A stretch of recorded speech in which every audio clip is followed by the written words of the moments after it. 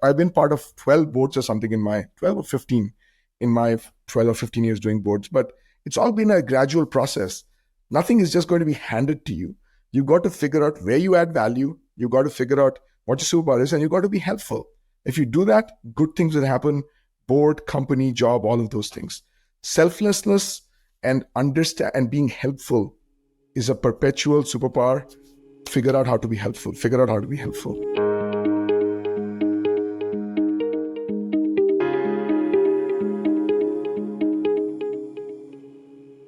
Gokul, thank you so much for joining us on Arta Live Long and Prosper. It's so wonderful to see you and to have you on the podcast.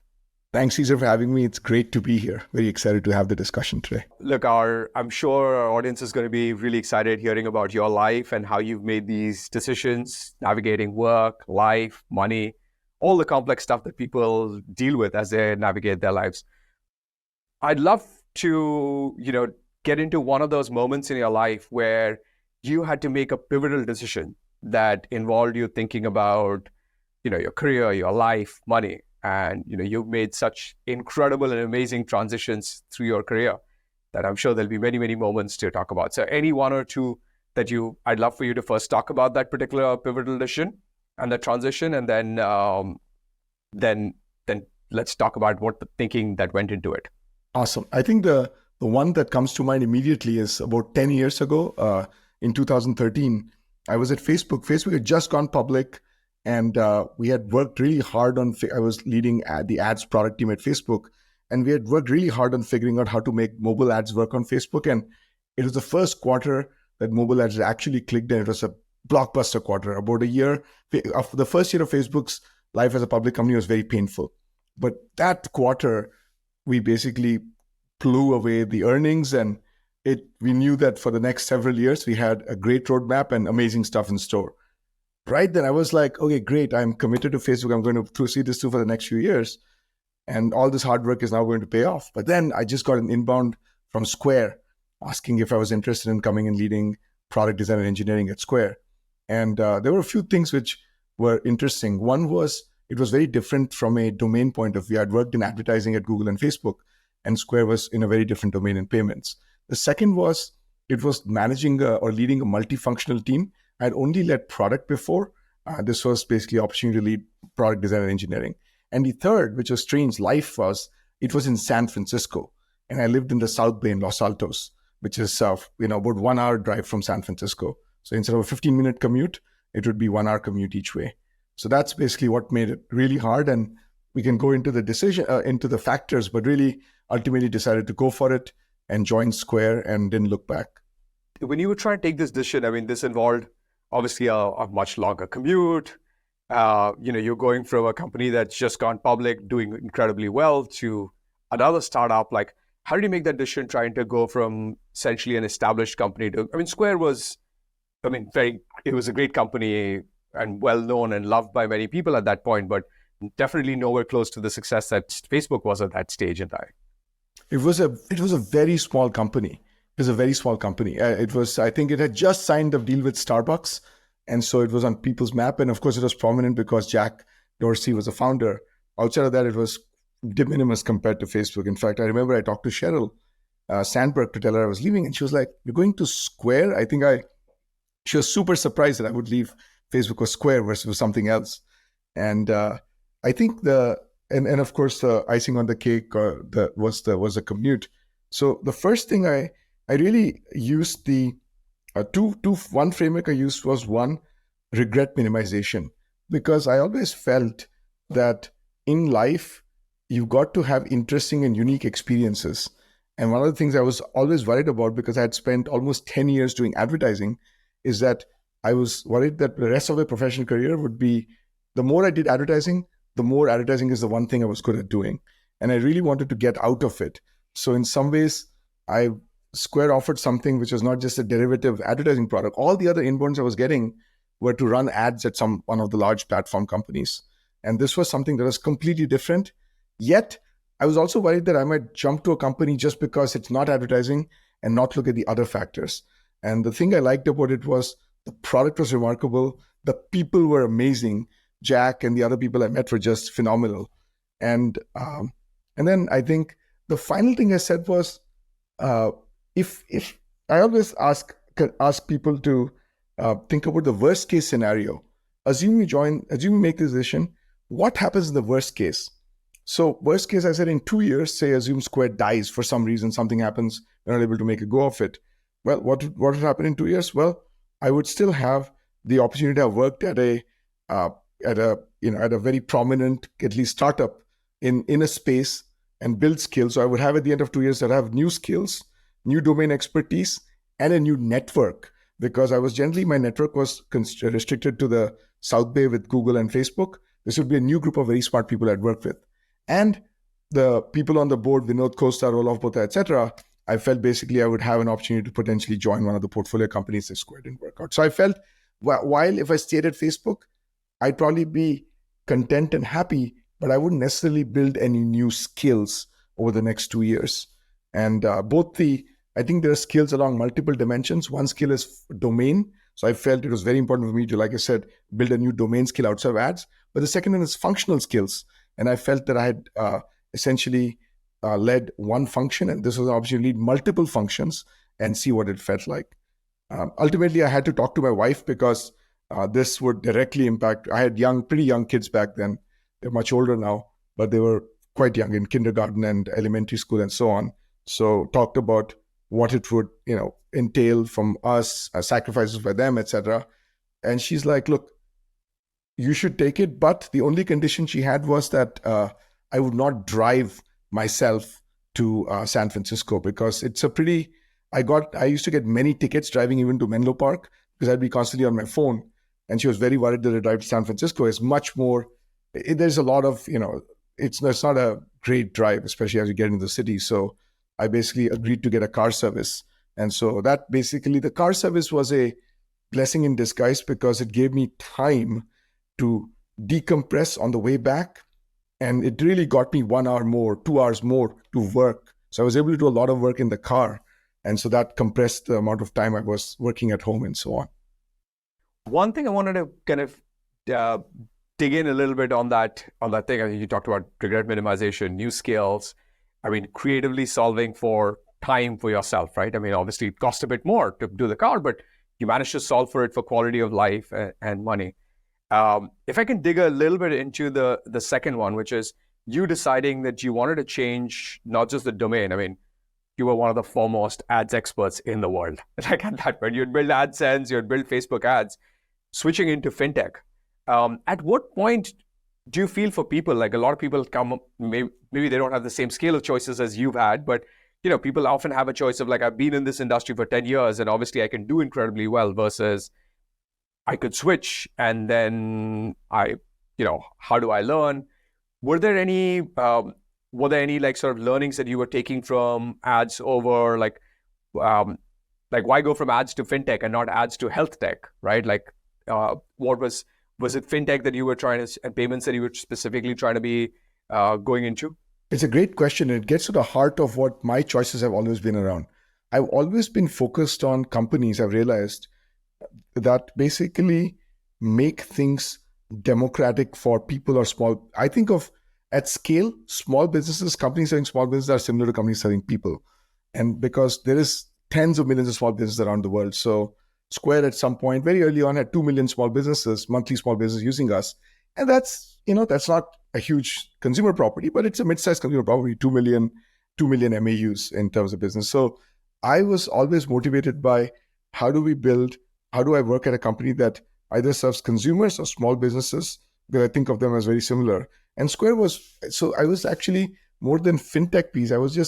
I felt that my experience, I had only built, if you look at both Google's and Facebook's ad businesses, a lot of the business revenue came from small businesses. It's misperception that it comes from large advertisers. It's 80% is probably from small businesses. And so a lot of our work was on how to make lightweight self-serve tools that democratize access to advertising and other information content for small business. Square was the same thing. How do I build lightweight tools that make it easy for sole proprietors and small businesses to access financial services that were denied to them otherwise? So I was most motivated by that piece. And so you're right. Ultimately, there has to be a thread that connects all of these experiences. And I think the thread is the mission of the company. And it has to be a mission that you feel excited about, because regardless, the space is more abstract, fintech, etc. Ultimately, the day-to-day thing is, who are you building for? Are these customers someone, a type of customer that you are excited about? Because especially in product development or any kind of sales, any of these things, you're engaging with these customers. And so I've realized that enterprise, I would do agency pitches and so on at Facebook, but it was only part of it. The most exciting thing was building scalable products used by millions of businesses. And you've done that also, Caesar. And this has been the common thread. Even DoorDash was the same thing. Essentially, DoorDash builds products used by restaurants and small businesses, local businesses, and then consumers. So I've been lucky to be able to find companies that have basically met that. So that's what I would suggest. I think you got to think about what motivates you, because after all the press releases that this person joined this company have gone down, it's you having to go to work every single day for the next X years. And will you be happy doing that? Will you look forward to every day with excitement or with dread that you're going in? That's fantastic. A lot of people talk about being driven by the passion for what they're doing, but I love the filter you put on it on who are you serving, right? And there's no value judgment. Some people like working with large companies. Some people like working with pure consumers. Some people like working with small businesses, and that thread is very interesting. Actually, this preempts one of the other questions I was going to ask you is, you worked at some of the most iconic companies in the world, right? Started Google, Facebook, Square, DoorDash. And in many ways, you joined them very early and then grew them till they got to IPO and beyond, right? Was small business one of the primary threads? Were there other threads that you see connected this journey? If you can talk about the threads that you consciously did and then threads that you found later, right, when you reflected back on your journey. Yeah, I think it's funny. The first ever company I joined was a company called Juno Online. It was a very early free email service. And I chose it over many other well-known companies. And I didn't realize even that one was around making email free for consumers. So it was literally my first job out of. And the reason I chose that one was because the interview process was extremely hard. So hard that I felt I had failed the interview. And then after that, when I got the offer, I reflected that these were the smartest people I'd ever met in concentration. So really, the decisions I've made in time are based on where almost clubs that won't allow you in, those are the clubs I want to join. In other words, the caliber of people is so high that you feel that your joining is going to pull them down.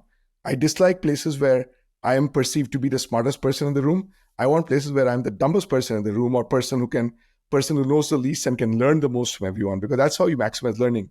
They say that so Google was the same thing. The interviews were so tough and so, when you remember this, so crazy, the kinds of questions they asked, nothing like I'd ever heard before. I think Marissa Meyer, one of my interviewers, she basically gave me a bottle of water. It was a cup or a bottle.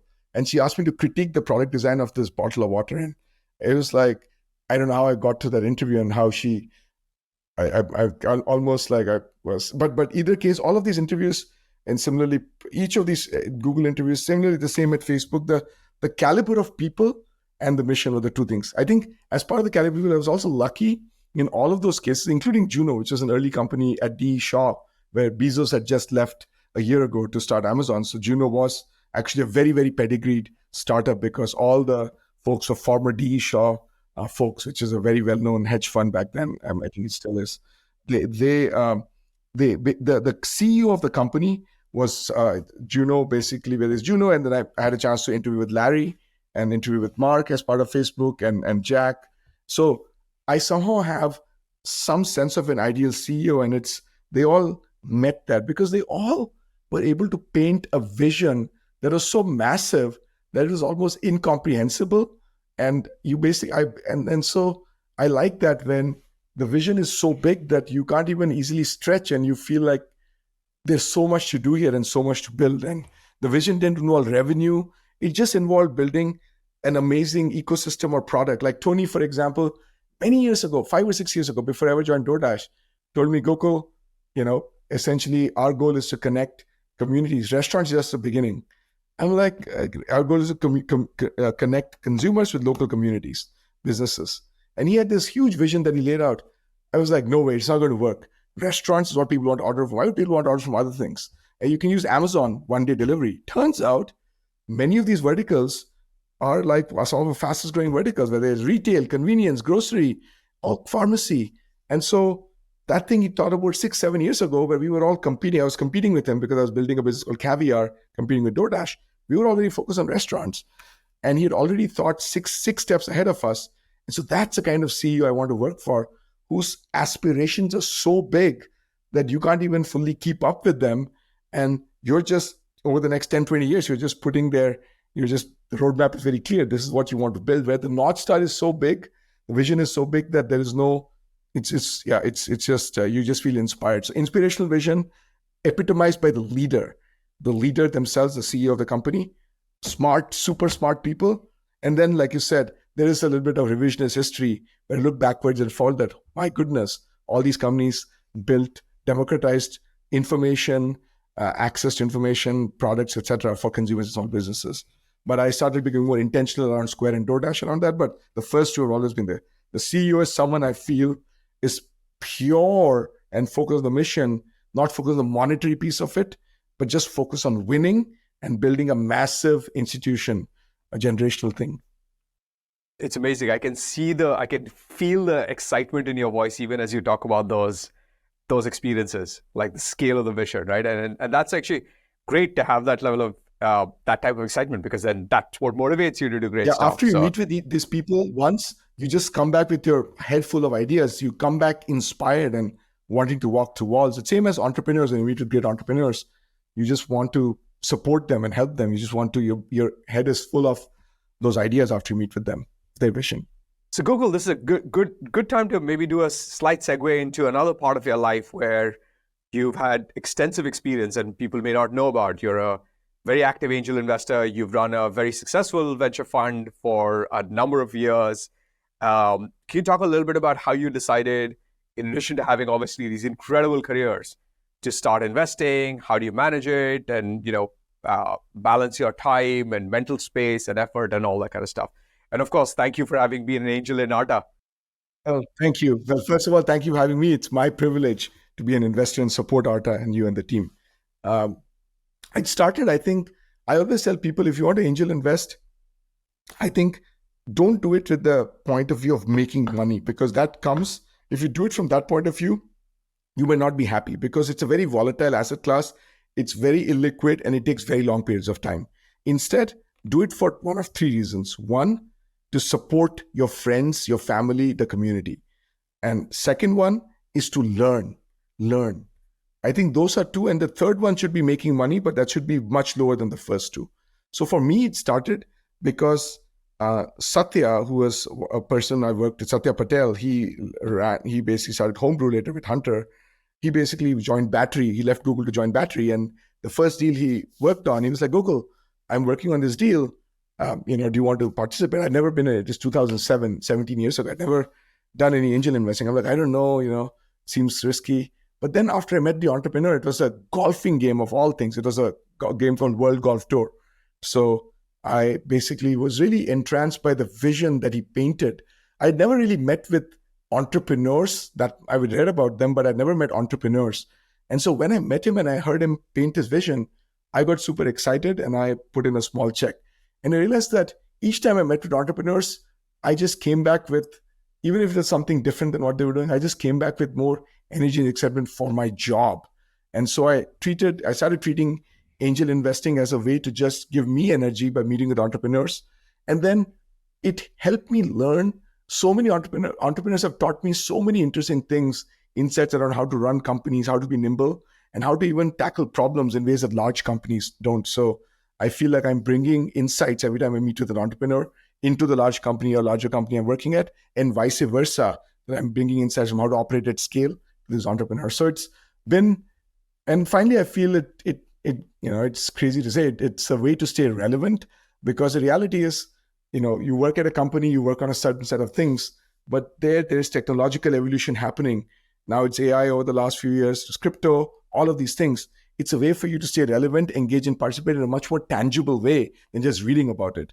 If you're an investor in an AI company and you see the founder go through things, you learn at a much faster rate what is happening with AI, because you can always have this expert that you can talk to who's living and breathing it versus reading about it. So that's been a great source. So I would say it's been an education. It's been pretty good from a returns point of view, but more than that, it's kept me part of the community and helped me support people I care about and I believe in. And the second one is it's helped me learn lots of things which never would have been possible just sitting back and reading TechCrunch or something like that. Oh, that's a great perspective of angel investing, and yeah, I love your perspective of how it's the returns haven't been, obviously material have been great, but the returns to you as a person have been much better. It is. Returns over long periods of time are the best, but it requires extremely long periods of time, and there could be one volatile period where it's zero. And so you got to be comfortable with the occasional zero for long periods of time, but one in every 100 could be huge. But I think investing in Arta's in instruments is probably a better way for most people from a financial point of view. And I think do angel to learn and to support the community. But one question I wanted to get into was like, how do you pick the companies that you invest in? And did you start off as an angel and then start Firebolt Ventures at some point, or were they sort of happening together? Like, what was the transition point at some point?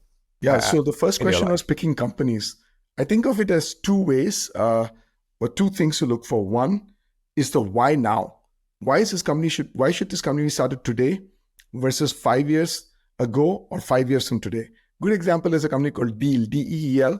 It's a company that does payroll for remote workers. And this was during the pandemic where I saw that obviously we all saw this. Remote work became pretty prevalent and 99% of everyone was remote at that point. So you basically then say, well, is remote work going to be an enduring trend? Or is it going to be ephemeral? And some bets fail, some bets succeed. But this bet was that remote work in some way, shape, or form is going to be enduring. And sure enough, it was enduring and it continued to grow. I mean, it's done well. And so why now? The second one is founder market fit. Why is this founding team the right fit for this specific market? What unique insights do they have about this market that others don't have? And I think that's, again, very qualitative, but you got to, I think, hear the founders. And part of this is understanding the founding story of the founders. I always try to understand, tell me the founding story of the company is one of my first questions. And really, I'm trying to understand, did they build this product out of lived experience and problems they faced themselves, or either in life or work? Or is it something read about in TechCrunch or somewhere that says it's a big market and they basically came together to build it? And I think the former is what you want to look for, if you look at all the 4 companies I talked about, Google was a research project in Stanford. It was just to solve their own problem. They were unable to find content. Facebook was, again, Mark started to solve his own problem. DoorDash started as a project at Stanford to basically order food. And they were all toy projects. They were not, and then Square was truly to solve one of the co-founders' problem, who was not able to get approved for credit cards. So based on a problem you face, because that can be your North Star. So I really want to understand what is the problem they're solving instead of the company they're building.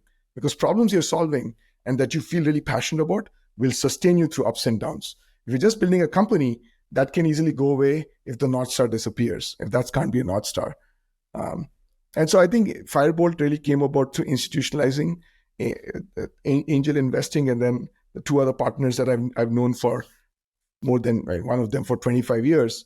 We worked together for many years, and I was a venture partner and then formally became a partner. But it really, I think, is just an extension and scaling of what we were doing in angel investing. That's fantastic. And then once you invested in a company, like what's your methodology for engaging with them, supporting them, helping them? I know you've been very, very special to us. Yeah. And I think it's to be honest, it depends on the founder, right? Some founders are extremely self-sufficient. And so part of it is just asking the founder. My preferred methodology is, or my preferred technique is to actually do a one-on-one with the founder every 6 weeks. And I've seen 6 weeks is a good cadence. It's not too short, not too long. It's twice a quarter. Do it about 45 minutes each time. That again is not 30 minutes, which I think 30 minutes is too compressed. And 1 hour sometimes can be too long. So be efficient, 40 minutes, and use a document really. Use a Google Doc where we basically ahead of time basically structure it in a few different areas, and then basically almost run it like a one-on-one, like you would do with a colleague at work, and basically really do a problem-solving method. What are the top problems they're facing in product, in business, in team culture, etc., and miscellaneous, which could be fundraising, etc., and really spend 10 minutes on each of these areas, ideally process the top 3 problems, and then I take action items from that. The founder will take action items from that, and then we will execute on the action items in those 6 weeks, and then we meet again 6 weeks from now. So it's basically a structure. And then the other way is just availability through WhatsApp, SMS, etc. So for on-demand, if founders have any emergent issues, they should be able to reach me instantly, because as you know, as a founder, emergent issues come up. Could be engineers giving us notice, or a partnership is falling apart, or sometimes it's also good stuff. I got an inbound term sheet. What do I do? And so all kinds of stuff want to be available for the founder for all of those questions every second, and they need to know that availability is there, because those are the relationships you build them early enough in a company's life that endures. I mean, I've been on the board of a company for 15 years now, 15 years, maybe 17 years now, Learneo. And that company is at pretty high scale, but we still the founder and I still talk about the days when there were just 3 people sitting in a small office about to basically figure out what their first product should be. And we were brainstorming on a whiteboard. And now they are at, a very, very large scale many years later. But it all starts with those relationships. So I really like building relationship with founders early in the journey, because that trust is very hard to replicate later in the company's life. I was going to ask a little bit about your third part of your life, which is your board positions, right? You're on the board of Coinbase, Pinterest, Trade Desk. You just taken a set of these board positions. And how have you thought about it as a career, obviously clear from those companies' perspective why they would want to have you on the board. But from your perspective, how have you made that decision to justify the time and the commitment? What is interesting is none of the board positions were intentional. All of the board positions came about because I started helping the founders. The founders and I got connected. Each of the company CEOs or founders, I got connected with them. And I think they wanted my help in one case on a CPO search. So I connected with a few candidates, and then we worked through what they should look for in a chief product officer. In another case, it was we had met in some context and I was helping them post IPO, something like that. And then after 6-9 months, they said, "Oh, do you want to join the board?" And so it happened in a very organic way. A lot of people come to me asking, how should we join boards? A lot of people. I mean, it's many of our former colleagues from Google. They're amazing, but they are like, how do I join a board? I want to join a board. I think, again, if you're too intentional, just like for starting a company, if you're too intentional by saying, I want to join a board, you will make the wrong choice. So I would say, don't think of the goal as joining the board. Think of your goal as working with interesting companies and helping them. Figure out where you can help. First of all, to do that, you have to self-reflect. Where can you help? Many people don't fully understand what the superpower is. So you've got to really truly understand what's the superpower and where you can help. I think once you understand that, just offer your help without any expectation of any kind of reward or board or something. And I promise you, as soon as you do that, things will start to happen. If you try to push too much saying, in order to help, I want this other stuff, zero will happen. It'll be much harder. But if you say, I will help, if something works, great. If not, it's fine. Or don't even say that. Just help. I promise you, some fraction of companies you help will just say, hey, we'd like more of your time. We'd like more of your time. Join us as an advisor, join us as a board member, etc. And I think a lot of people are also like, they're too picky. In other words, they're like, I only want to join a public company board. The reality is, no public company is going to want you to join their board unless you've been at a public company board. It's many cases a self-fulfilling prophecy. And so what you need to do is, if you really want to join a board, like I said, start helping companies. Any size company. One of them is going to ask you to join their board. Join their board. Join their board. The first 2 or 3 companies that joined the board have all died. They were all young companies. They all died, but I learned a lot. And then I joined the board of a slightly larger company that went public. And then another company that was acquired by Yahoo, and so on and so forth. And ultimately, I ended up I've been part of 12 boards or something 12 or 15 in my 12 or 15 years doing boards. But it's all been a gradual process. Nothing is just going to be handed to you. You've got to figure out where you add value. You've got to figure out what your superpower is, and you've got to be helpful. If you do that, good things will happen. Board, company, job, all of those things. Selflessness and understand and being helpful is a perpetual superpower. Figure out how to be helpful. I wanted to switch a little bit gears to talking from career to more about you and your relationship with money and finances. Like, how do you think about it? Do you plan it? Are you intentional about it? Like, how did you learn about investing money, and how have your philosophies and principles in life evolved over the years? it's funny, I think one thing I've realized over time is that I think of money in two ways. One, it gives me freedom to do what I want to do. I think it's true. That's one of if money doesn't give you that, I think there's something wrong. And I think I see so many people who have money or who have some level of wealth, and they are still a prisoner and they're of doing something which they really don't want to do. And what's the use of money if it doesn't give you the freedom of to do what you really enjoy? That's one. And the second one is it should enable you to have impact. I think money basically helps you to have impact in the areas you want to have impact on. And so I think I've had a few financial advisors over the years, and I worked with the one I have for the last 15 years. He's been very influential in how I think. And so one thing he told me about money, which is interesting, is you think of your assets in concentric circles. The smallest concentric circle is your rainy day fund. It's liquid assets. If everything goes hell in a handbasket, you need, say, 1 year of expenses, 1 to 2 years of expenses, liquid, fully liquid, or close to liquid. Then the next circle around it is basically semi-liquid stuff, which you can liquidate, but it will maybe be at a loss, public market stocks, et cetera, et cetera. Then you have things like real estate and so on. And then outside of that, you have speculative stuff like cryptocurrencies potentially, but more than that, angel investing I would put in there. I think those, and so I think if you think about life as your assets as a concentric circle, then you really focus on making sure the core, which is the innermost thing, those need to be increasingly robust. And if you have that, I think I used to try to trade public stocks when I was young, but I realized that essentially it's all left to professionals. I mean, essentially I don't care about the public part of my assets at all or anything to do with that. I think I just let professionals to do that. Where I feel I can add value is essentially in the private markets with angel investing. And again, my goal there is not to make money. My goal there is to basically have impact and learn. So to come back to your original question, I always keep asking myself, am I enjoying what I'm doing? Almost any activity. It could be this activity, like doing a podcast. So I really try to push myself. If I'm doing something I'm not enjoying, why am I doing it? Am I learning something? Sometimes, of course, even things you don't enjoy can be very helpful if you learn something from them. So am I learning something or am I enjoying it? It has to be one or the other. And so if it's neither, then I should just stop it because I have earned the right to basically not do that. So that's one thing. And the second one is, where do I want to have impact is the second one. I really believe that education is one of the most fundamental things. And you and I both grew up in middle-class families, and it's education that basically got us all these opportunities. And education doesn't just lift one person up, it lifts multiple people, multiple generations up. So we are very focused on figuring out how to leverage so all our giving.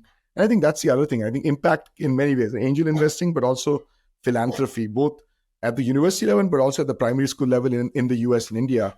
How can we really do focused giving to impact the lives of people? I think because we've both been product managers and working at these companies, the urge always is that how to quantify the impact. How many lives can you impact and change? And that sometimes becomes harder. So trying to still figure that out, but have figured out that education is like literally, it's because it is generational. I mean, it just doesn't just lift one person up. It lifts multiple people out of poverty into the next stratum of social class. But yeah, money gives you the opportunity to have impact this way on lives of people. And I think the culture of philanthropy, hopefully, I mean, the US, one thing I have to say is one of the things I really admire about the US is I think philanthropy in general is practiced very widely. And I think it's because it's ingrained. And I think India, you're now starting to see that philanthropy is coming up. But I think it's very important, I feel, if you have money or if you have wealth, to at least give some chunk of it on a regular basis to have impact in the areas you care about. And the second one is it allows you to freedom to do and work on things that matter. Caesar, I could say the same thing for you, right? I mean, you're working on things that matter. Any of us, we basically, in theory, don't need to necessarily work for a living, but we're doing this because we love what we do. And so we basically don't work to live. We live to work in some ways. We live because we enjoy the work we do. So Gokul, what's next? You've had some incredible runs. You've just stepped away from DoorDash. Have you decided what's next? I think basically continuing to support companies, still trying to figure out the right approach, right avenues.